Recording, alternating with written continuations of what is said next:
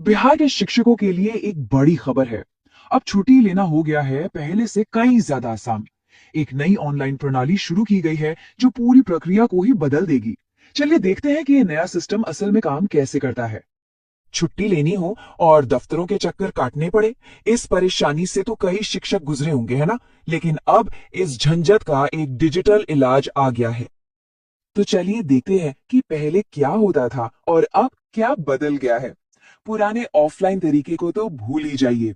अब है ई शिक्षा कोश और HRMS यानी ह्यूमन रिसोर्स मैनेजमेंट सिस्टम का जमाना।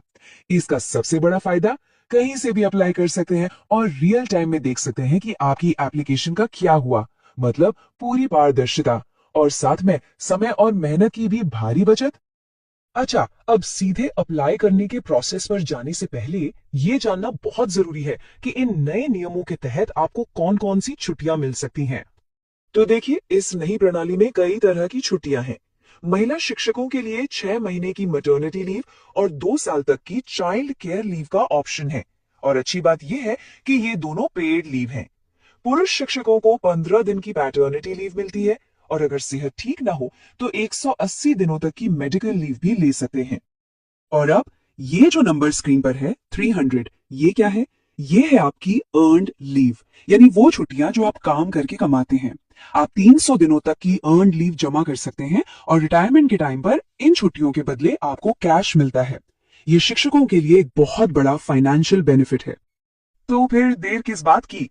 चलिए अब देखते हैं कि ऑनलाइन छुट्टी के लिए अप्लाई करने का पूरा प्रोसेस क्या है। स्टेप बाय स्टेप समझते हैं। सबसे पहला काम, आपको HRMS पोर्टल पर जाना है। एड्रेस है hrms.bihar.gov.in। यहां लॉगिन करने के लिए दो ऑप्शन है जो बहुत ही आसान है। या तो अपना पासवर्ड इस्तेमाल करें या फिर अपने रजिस्टर्ड मोबाइल नंबर पर एक OTP मंगा ले। ठीक है, जैसे ही आप लॉगिन करेंगे आपके सामने मेन डैशबोर्ड आ जाएगा।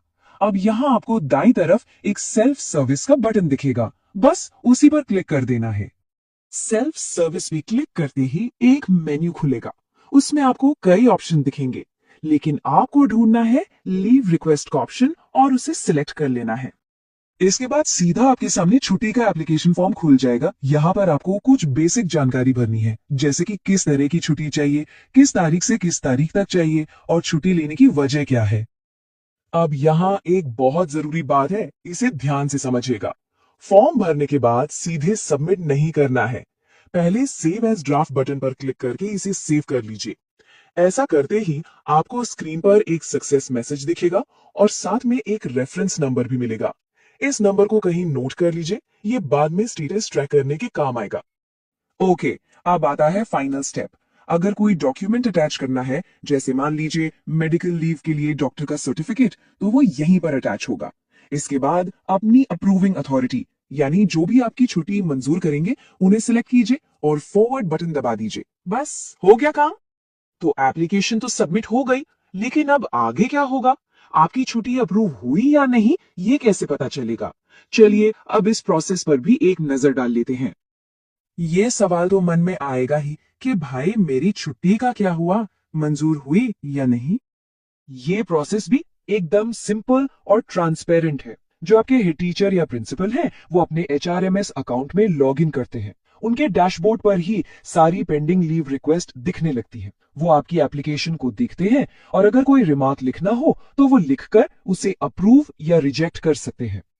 और जैसे ही वो वहां कोई एक्शन लेते हैं, आपको फौरन पता चल जाता है। आप जब अपने पोर्टल पर लॉगिन करेंगे तो आपके एप्लीकेशन का स्टेटस पेंडिंग से बदलकर अप्रूव दिखेगा। लेकिन सोचिए, अगर आपसे फॉर्म भरने में कोई गलती हो गई या फिर आपका प्लान ही बदल गया, तो क्या एक बार सबमिट की हुई एप्लीकेशन को कैंसिल कर सकते हैं? जी हां, बिल्कुल कर सकते हैं। एप्लीकेशन को कैंसिल करना भी बहुत आसान है।